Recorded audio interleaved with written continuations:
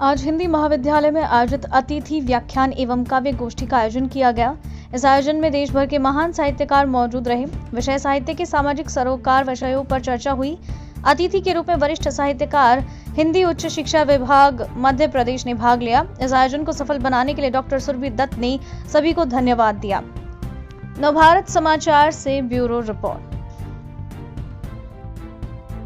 और हमारे समाज से जोड़ना और ये काम हिंदी के लेखकों ने ही नहीं, दूसरे लेखकों ने किया है। मैं भैरप्पा जी के उपन्यास पढ़ता हूँ, वो है तो कर्नाटक के, कन्नड़ के हैं, लेकिन आप देखिए उनकी बिक्री कितनी जबरदस्त है। प्रादेशिक भाषाओं में मनोरमा आप देख लीजिए, केरला से कितनी ज्यादा छपती है, जबकि हिंदी की भाषा नहीं छापते। तो इसका मतलब हुआ कि भारतीय भाषाओं की संपन्नता के साथ ही हिंदी संपन्न हो सकती है, वरना इसके नहीं होगा। हमें ब्रह्मपुत्र को भी उसी तरह से अपनाना होगा, हमें कृष्णा और कावेरी को भी उसी तरह से अपनाना होगा, और इनकी शब्दावली से भी परहेज रखने की अपेक्षा जिसका अभाव हमारे यहाँ है वो हमारे यहाँ है। तो इसीलिए मराठी को देख लीजिए, गुजराती को देख लीजिए, इन्होंने अपनी अपनी जड़ें छोड़ी नहीं है। तो ये तो पहला सवाल था। अब मैं मूल विषय पे आता हूँ।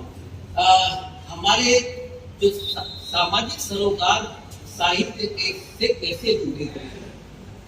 पहली बात तो कि आज की बात नहीं है, हमारा पूरा जो काव्य शास्त्र है संस्कृत का, जो हिंदी में उतर के आया है, वो कहते हैं कवि पर बड़ा भार है। भार कैसे? उसे समाज शास्त्र भी देखना पड़ेगा, उसे मनोविज्ञान भी समझना पड़ेगा। उस समय ये विषय नहीं थे, लेकिन कहेंगे तो कहते हैं अहो भारत, इस कवि पर बड़ा भार है, क्योंकि समाज की कई सारी समस्याओं को वो देखता है, देख करके अपनी भाषा में कहता है, जिसमें कहीं उत्तेजना होती है, जिसमें कहीं समझाइश होती है या अन्य चीजें होती है, तो वो समेट के लाता है। ये जो सारा समेटना है वो इसी बात का है कि जब कालिदास को पढ़ते हैं, उसके पहले ही भर्तृहरि को पढ़ते हैं, तो केवल हिंदी की कल्पनाशीलता नहीं आती, कहीं की वैराग्य भी आता है, नीति शास्त्र भी आता है, समाज शास्त्र भी आता है, साइकोलॉजी भी आती है।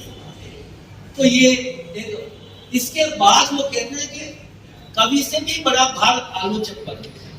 वो जब कविता कहता, किसी कविता समझता है, उसके कितने एस्पेक्ट, उसके कितने कोण वो समझने की चेष्टा करता है कि इसमें मनोविज्ञान कितना गहरा है, इसमें दर्शन कितना गहरा है, इसमें बाजार कैसे उतर के आया है, आज की किन्नर समस्या कैसे उतर के आई है, इसमें हमारे पारिवारिक संबंधों में पड़ेगा। और जहां विदेशों की बात आपने कही, विदेशों में जितने मंदिर बन रहे हैं, भारत के लोग वहां दर्शन करने जाएंगे, लौट के आएंगे, प्रेरणा लेंगे, वही यहाँ पर भी इसी तरह का होना चाहिए। पता नहीं क्यों जो विदेश से चीज आती है तो हम स्वीकार कर लेते हैं, पर स्वदेश में कोई कहता है तो स्वीकृति नहीं होती। ये हमारी मानसिकता इस तरह की है। तो हमारी अब ताकत कहाँ है? हमारी ताकत ये है कि आज विश्व के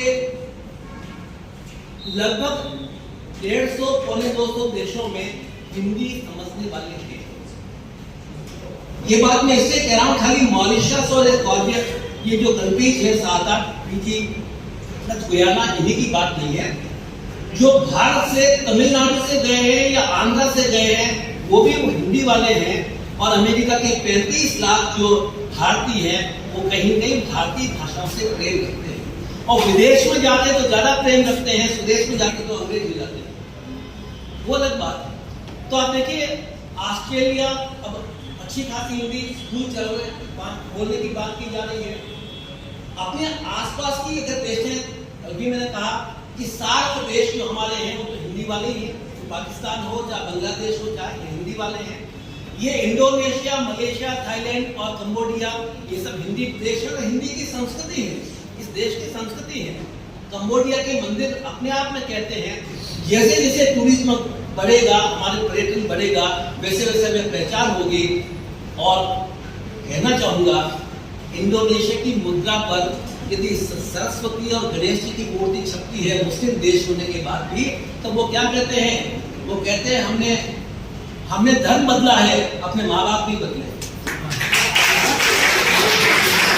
तो ये चीजें कहीं कहीं काम आ रही है, करेगी। अब ये कि अगर जैसे अपन कहते हैं कानूनी लड़ाई लड़ने के लिए वकील तैयार है, पर अब जिसका केस है वही तैयार नहीं हो तो क्या किया जाए। भारतीयों को और भारतीय भाषाओं के लिए प्रजा है, उनको भी सोचना पड़ेगा कि पहले हम अपने घर में सरस्वती की अपनी मूर्ति स्थापित करें और तो विदेशों में जाएं तो कहीं कहीं बात बनेगी। और ये समय आता है और हमारी मुश्किल है कि हनुमान जी को बार बार जलाना पड़ता है और हनुमान जी प्रबोध देते हैं तो हनुमान जी भी जागते हैं और फिर अपनी पूछ लंबी करके श्रीलंका तक चली जाती है, तो वो एक अलग बात है। तो श्रीलंका में अगर हनुमान जी की पूछ चलेगी तो कहीं कहीं अयोध्या तक जाएगी, प्रकाश जाएगा। तो हम विश्वास करते हैं धीमे धीमे ये हमारी चेतना आएगी और हम विदेशों को देख करके कहेंगे प्रवासी साहित्य जब इतना समृद्ध हो सकता है तो हिंदुस्तानी साहित्य, हिंदी का साहित्य और भारतीय भाषाओं का साहित्य समृद्ध क्यों नहीं। मुझे केरला में, मैं अभी विषय पे नहीं आ पा रहा, केरला में कालिदास उपन्यास पर लिखने वाले लेखक से परिचय हुआ। बहुत अच्छा उपन्यास लिखा है। प्रसन्ना कुमारी वहाँ है और एक सज्जन और नाम मैं भूल रहा हूँ, तो ये इतना काम किया। और तमिलनाडु में भी भले तेलुगु थे, बालश्री रेड्डी ने बहुत काम किया और हिंदी के प्रचार में कोई कमी नहीं रखी। और यहाँ पे भी सत्यनारायण जी ने बड़ा काम किया है, मतलब अभिनंदनीय है। वो तो खैर उसमें कमिटी में भी थे। तो ये, लेकिन आज अगर हम केवल कमाई की दृष्टि से अंग्रेजी अपनाते हैं तो तय करना पड़ेगा घर में भी हिंदी होगी, अंग्रेजी भी हम सीखेंगे।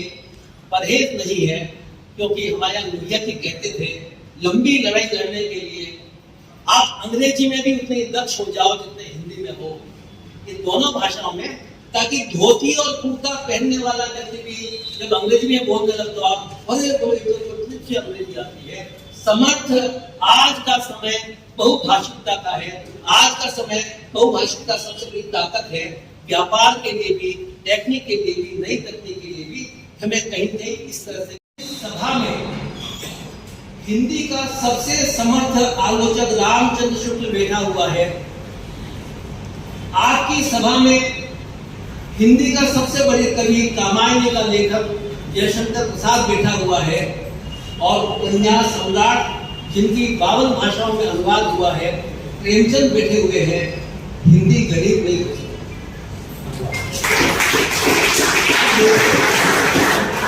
तो इसलिए मैंने आपसे कहा, ये उदाहरण बताते हैं कि उस समय क्या स्थितियां थी, पर धीमे धीमे तकनीक ने अपना जोर पकड़ा, अंग्रेजी भगा दी गई, लेकिन ऐसा हुआ नहीं। मार्क टूली पहुंचाया उस अद्वैतवाद, यही अद्वैतवाद फारस में गया, ईरान गया और वहां से सूफीवाद में लौट के आया। हमने सूफीवाद को स्वीकार किया। रामचंद्र शुक्ल ये कहते हैं कि ये तो आयात किया हुआ नहीं है, हमारे यहाँ से अनजाने में निर्यात हुआ है और बाहर से आ गया है। हम विदेशी को बहुत जल्दी मान्यता देते हैं और स्वदेशी का कहीं कहीं अपकार करते हैं। ये हमारी मानसिकता है। मैं कभी कभी ज्यादा नहीं सुनता, लेकिन कहते हैं भारत में मशीन बनी हुई सिलाई मशीनें किसी जमाने में लोग यूरोप से इंपोर्ट करके लाते थे कि वहां से आई है। अरे भाई, गई तो यहीं से थी, अच्छी खासी मशीनें थी, वहां से आई है, पर ये इम्पोर्टेड है। बस इतनी सी बात रहती है। हमने इतनी ताकत लगाई नागरिक उच्चारणी सभा के माध्यम से, हिंदी के विश्वकोश बनाने के माध्यम से, लेकिन उस तरफ ध्यान नहीं दिया गया और धीमे धीमे ये प्रादेशिकताएं इस तरह से ली जाती हैं कि उन भाषाओं की भी क्षति होती है और हिंदी भी क्षति होती है।